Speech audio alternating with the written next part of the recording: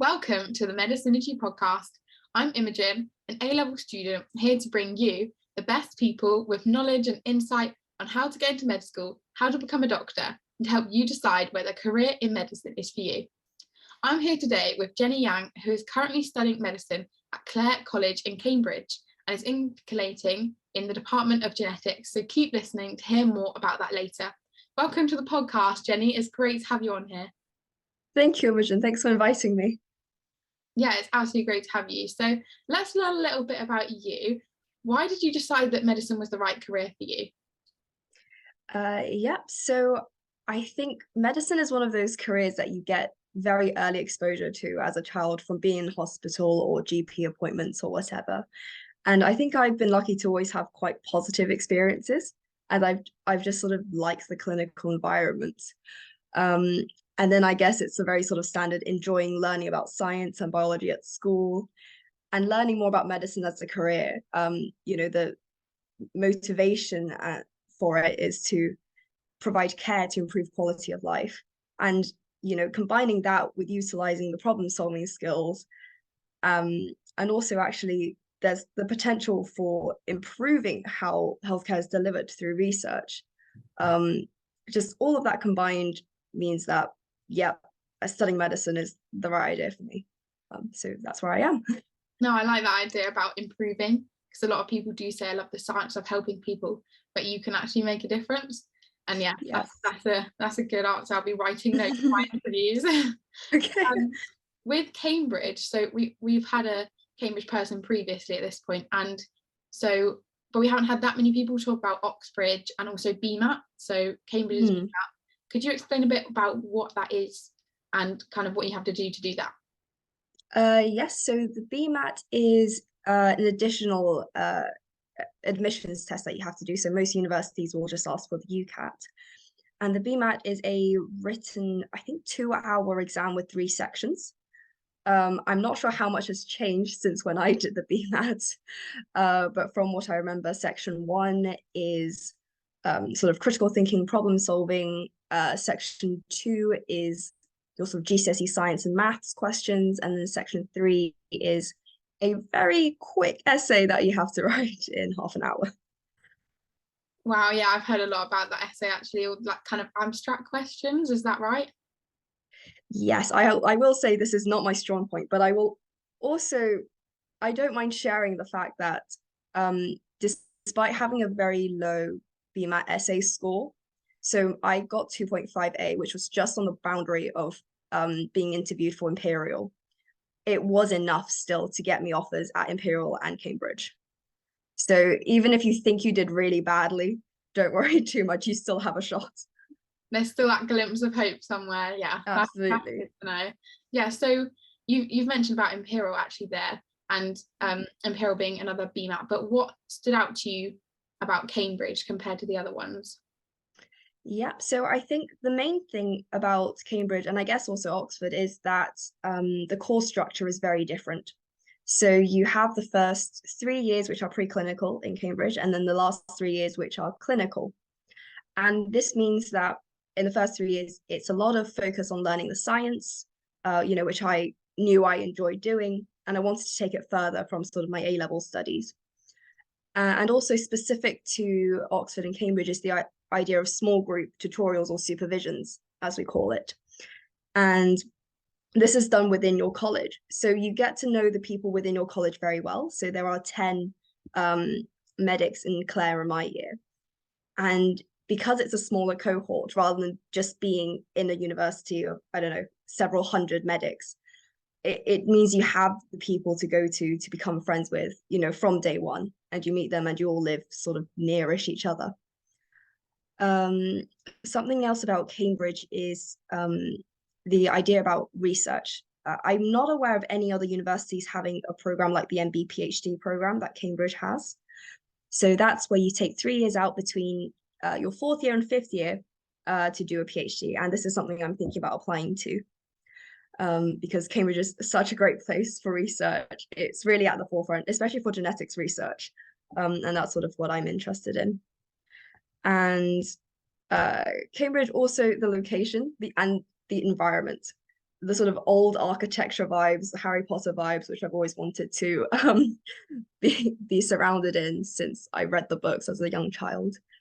Um, and actually, as a sort of Cambridge versus Oxford comparison, um, so when I went to Oxford, there's sort of one main, very busy road with cars and buses going up and down it. It can be quite hectic.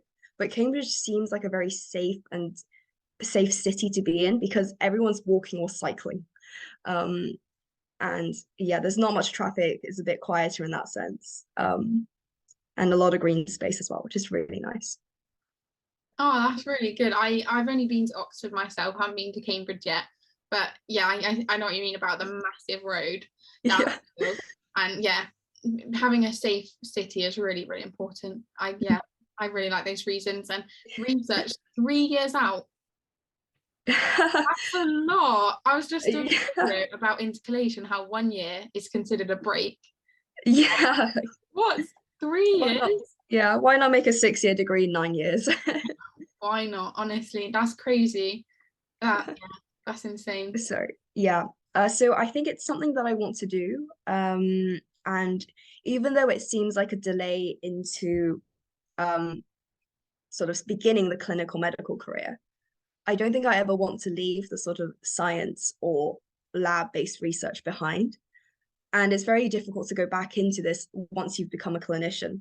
So I think doing an earlier PhD and establishing myself in sort of basic science research will set, it will open up new paths for the future as well.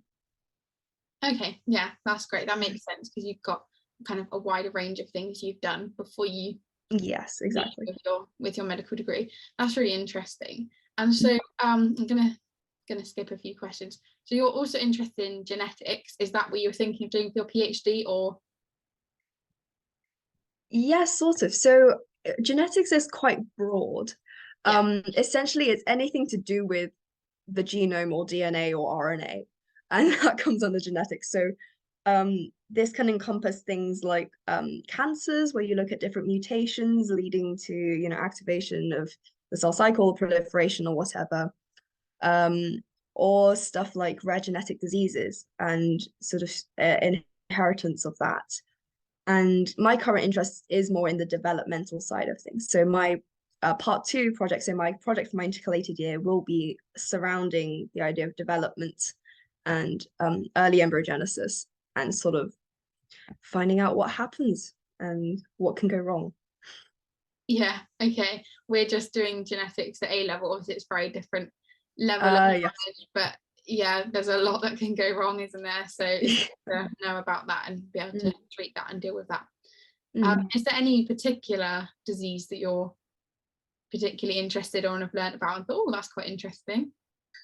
Obviously, there's loads. Not yet. I think we learn about too many at once. It's sort of one single lecture and they throw about, 10 different examples at you and all the mechanisms behind it, which chromosomes they're on and what exactly is the mutation. So Okay. I need a bit of time to get my head around it.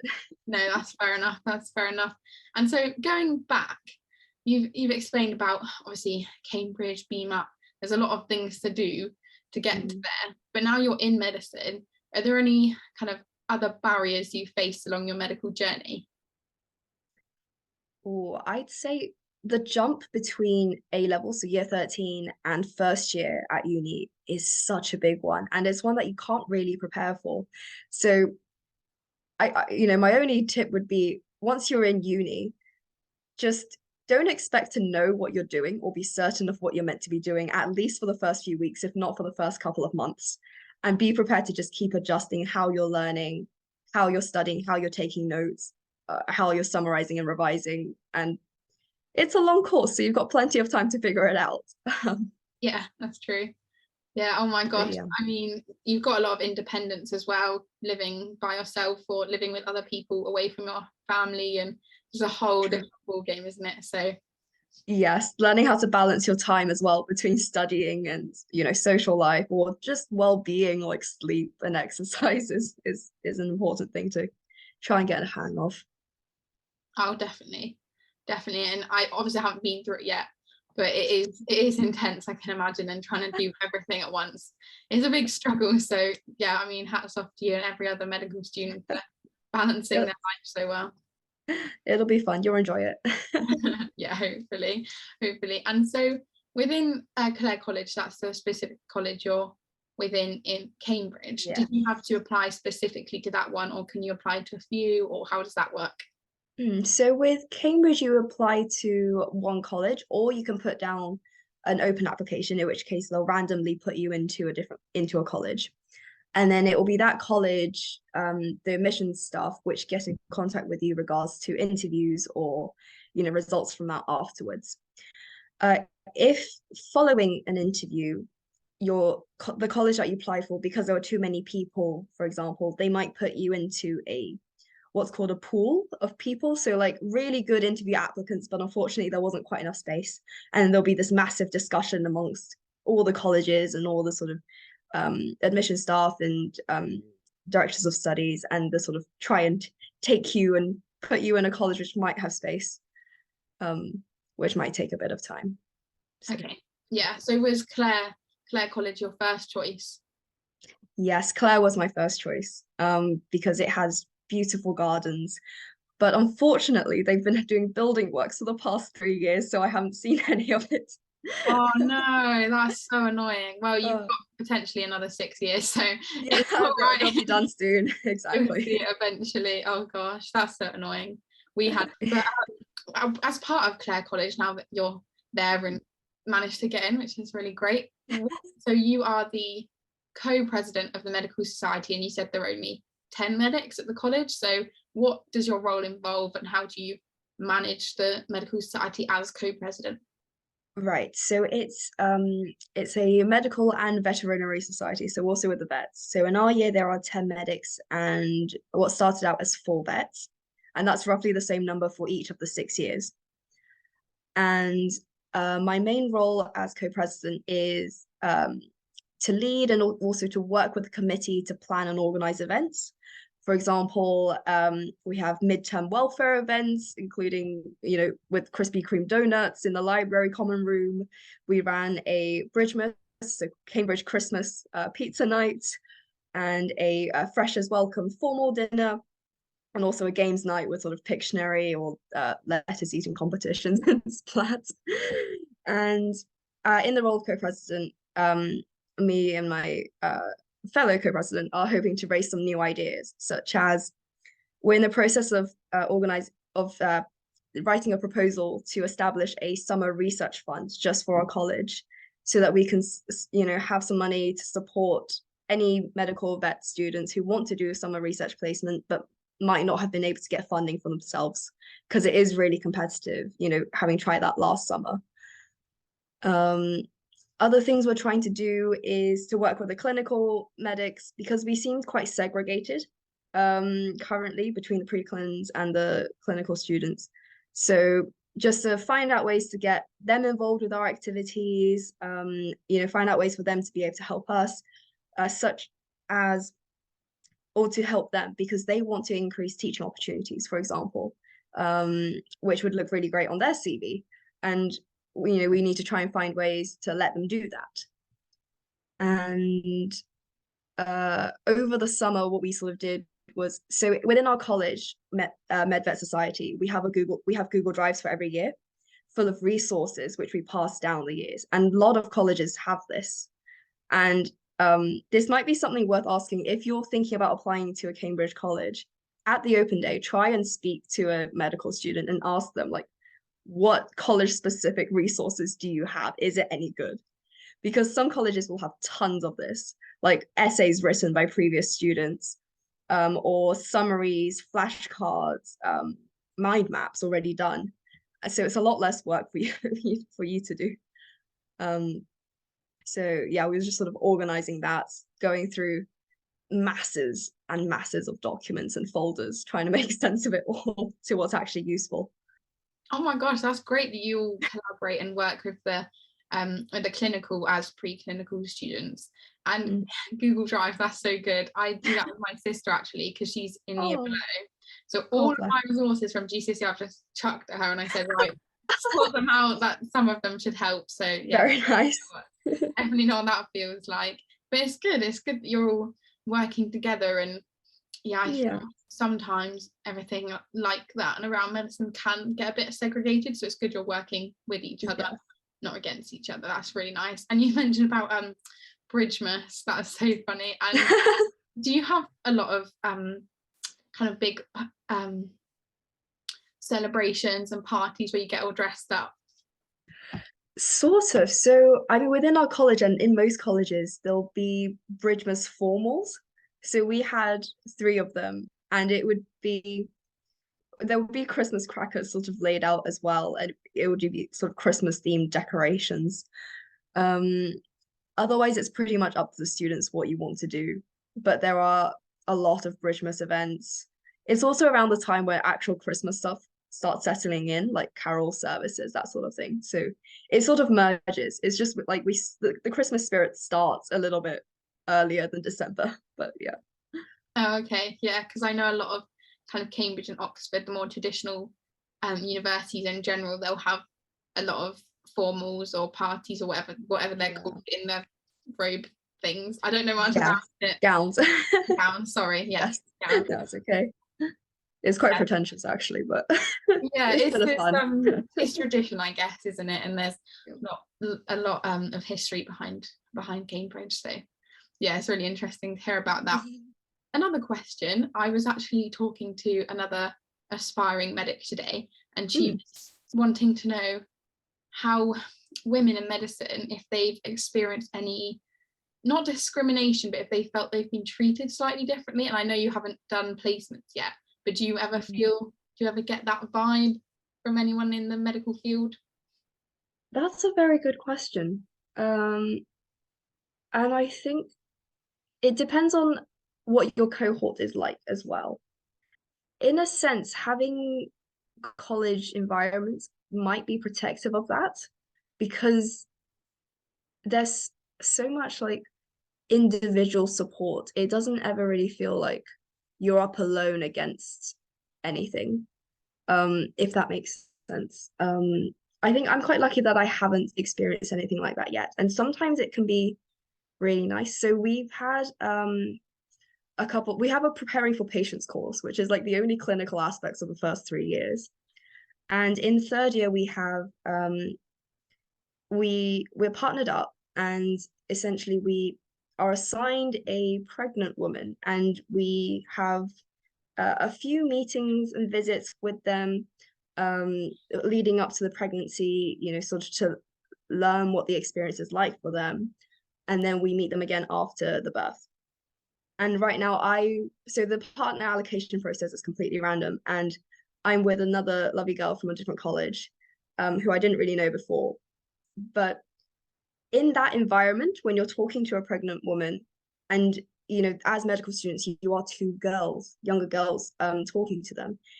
I don't know if that has also sort of helped with the patient interaction side of it, actually, rather than the other way around. So it's an interesting thing to consider, maybe. As a female medical student, talking to some, especially female patients, the patient themselves might be more open to talking to you, potentially, as just a thought. Yeah, no, that's really helpful because obviously I haven't been through it, I haven't been through med school. And yeah, we were just having a conversation about is that actually a thing, or do you just hear about it? Do you just hear extreme cases? So yeah, that's definitely interesting, especially probably, yeah, and obviously gynae and pregnancy, they're probably very happy to have female doctors. So yeah, I'm sure that's not a problem in that sector. But thank you for answering that question. Okay. Lastly, we've spoken a lot about exams and lots of things going on and how you've been president of various things. So there's obviously a lot going on and a lot of things to do. So how do you stay motivated and how do you study without getting totally overwhelmed? So I think firstly is have an extracurricular hobby and devote a couple of hours to it a few times a week and do it completely guilt-free. So when you're doing it, don't think like, oh, I should be studying instead. Just set that time aside and get your studying done beforehand, because your studying will fill whatever space you give it. And I do this with badminton, which is something I used to do in school.